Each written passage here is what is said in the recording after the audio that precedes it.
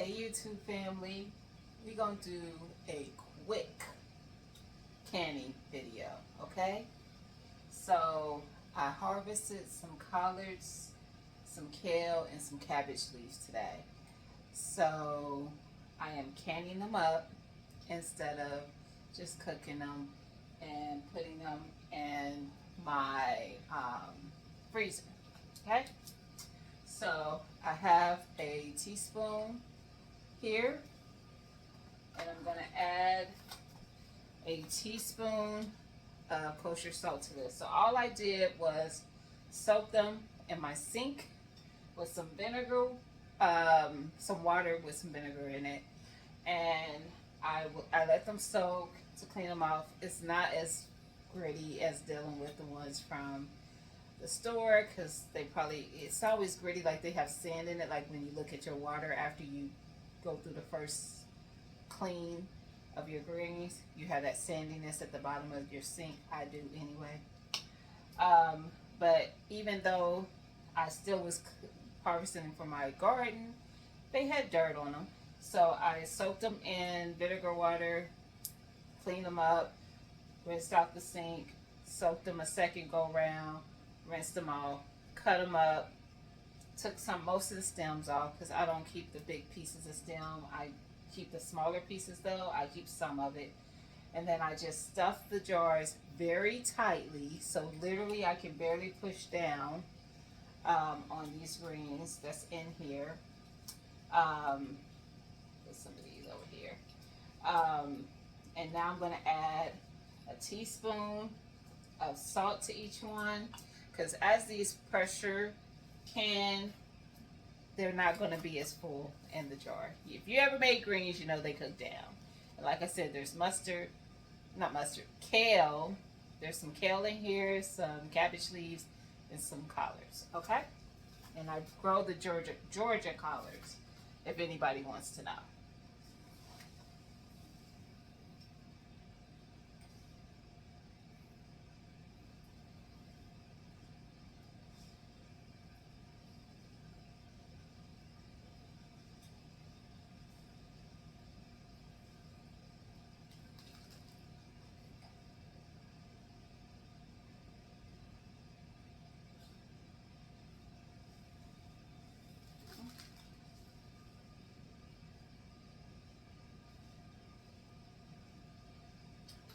All right, y'all. So, these are quart-sized jars that I'm canning in this time instead of the pint. For a comparison, pint, quart. Okay. My canner will fit 7, I believe, of the quart-sized jars. Let me grab my measuring cup. That's what I use to scoop the water in.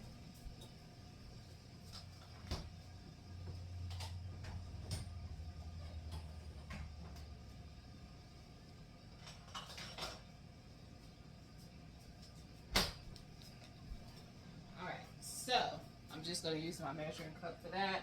I have a pot of boiling water back here. I'm actually about to turn it off. And I'm just going to fill my jars with water. Let me get my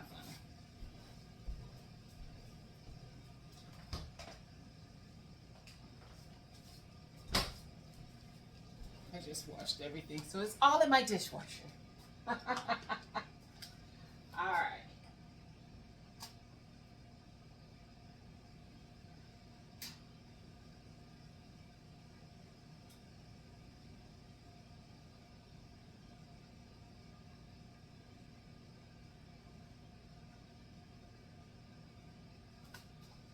Trying to see when I get it up there. It's not there yet.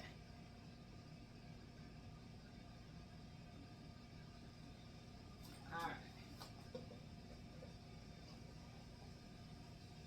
I didn't think I was going to be able to fit that much water in here, so I need to do some more water. But at least I'm going to show y'all how to get it going. And I'm filling them to an inch headspace.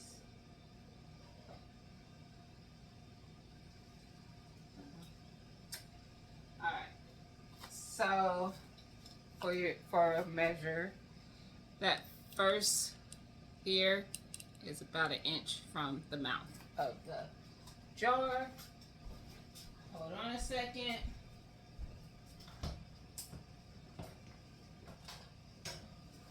I got my debubbler.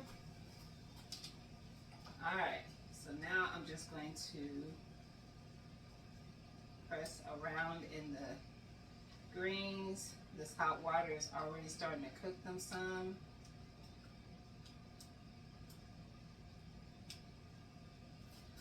Alright, so it did go down some. I'm just going to add, oh, not there, here, more water.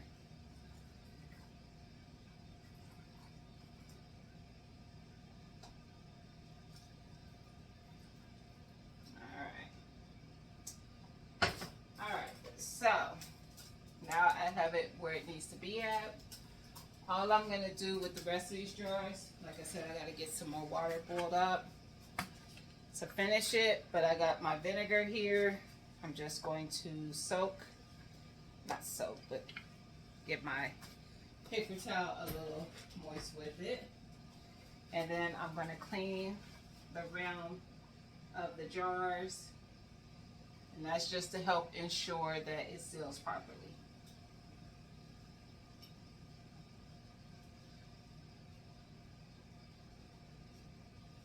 All right. Now I'm just going to add lids and rings.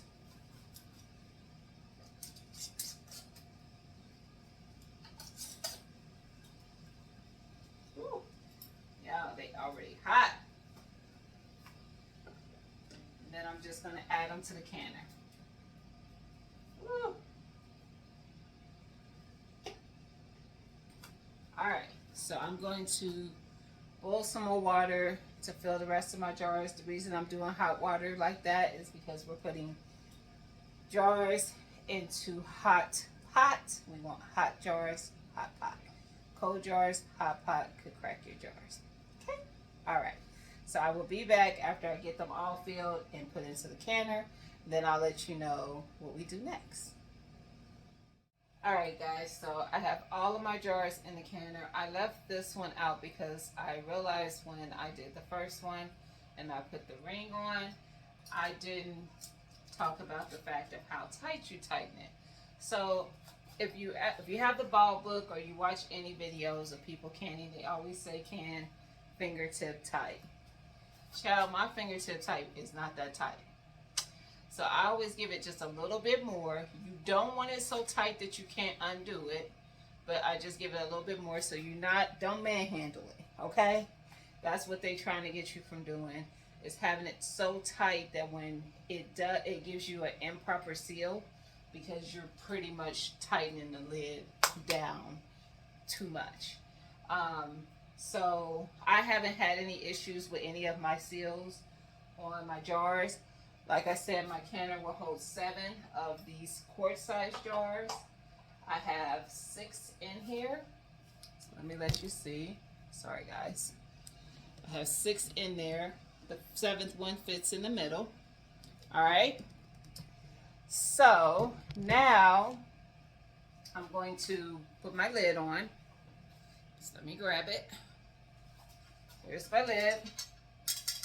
So I showed you before in another video, what we're going to be waiting on is for this piece to pop up. It won't pop up until it reaches pressure.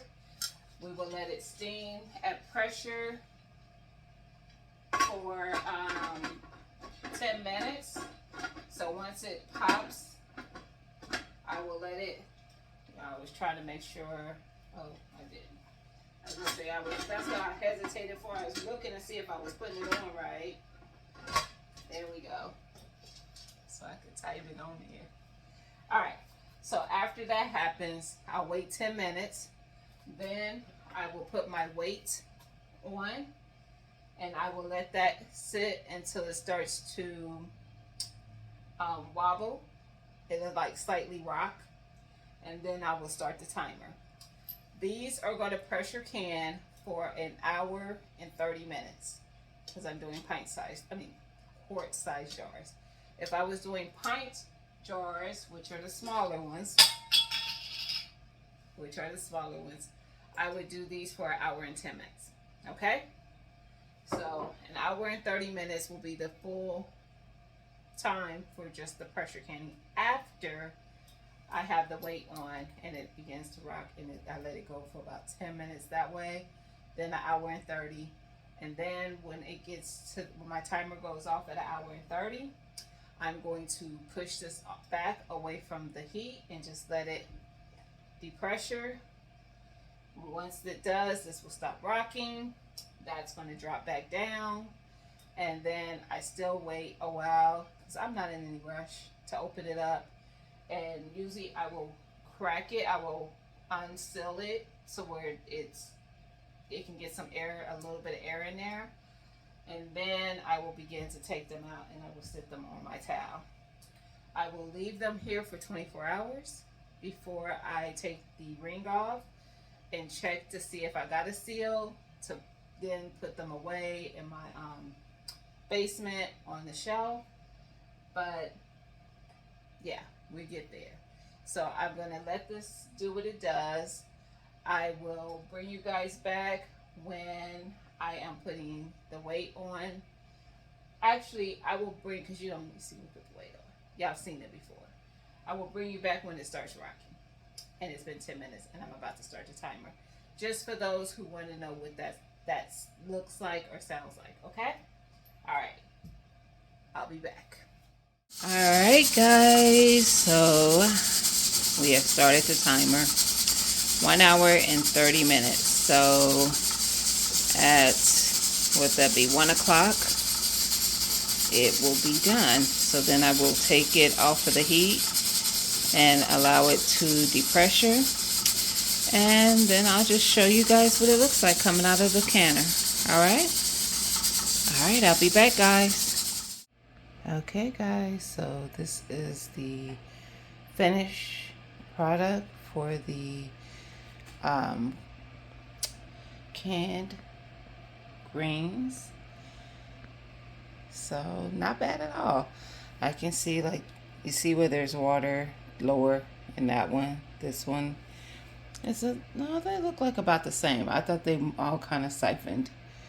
Some siphoned, but some didn't. But anyway, and you'll see a little bit of bubbling still. Especially that one is still bubbling back there. They have all sealed. So this is actually the next morning, because mind you, I was canning these very late. So 1 o'clock for the finish time was a.m. So I turned it off, pushed it back off of the eye, and took my tail to sleep. So here we go. This is the finished product of our canned collard greens. So now I have 6 quarts of, well, they're not just collards, there's kale and cabbage and collards in this. So I have 6 quarts now that I could put on the shelf to fix any day that I decide that I want some greens. All right, guys. So I hope you like this video.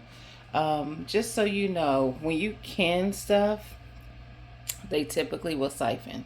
Siphoning is where from the pressure, the liquid kind of pushes up in the jar, and it will come out some from the jars that you are canning, and you will see coloration in your canner and the water. This was just water in the bottom, and it does it with pretty much almost everything. The only thing I don't have problems, or I shouldn't say problems because it's not a problem, siphoning is part of the process, but the only things that I never really noticed that with are my jams and jellies.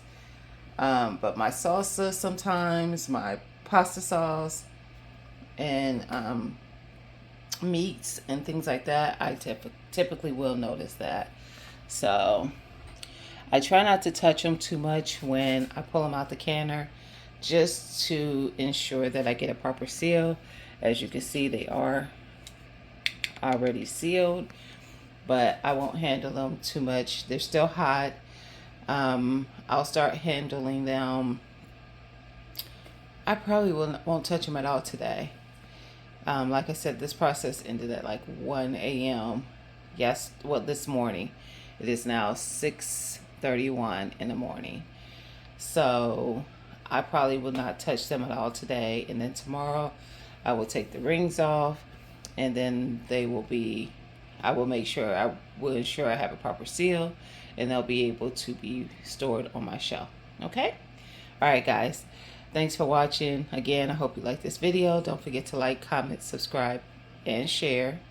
And I'll talk to y'all later. Peace.